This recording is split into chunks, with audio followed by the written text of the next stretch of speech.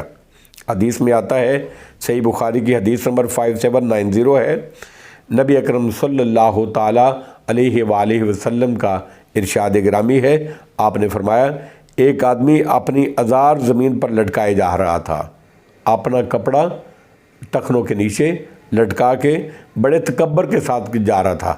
اللہ کو یہ تکبر پسند نہیں آیا اور اس کو زمین میں دنسا دیا، پس وہ قیامت تک زمین میں دھنستا چلا جائے گا، قیامت تک وہ دھنستا ہی چلا جائے گا۔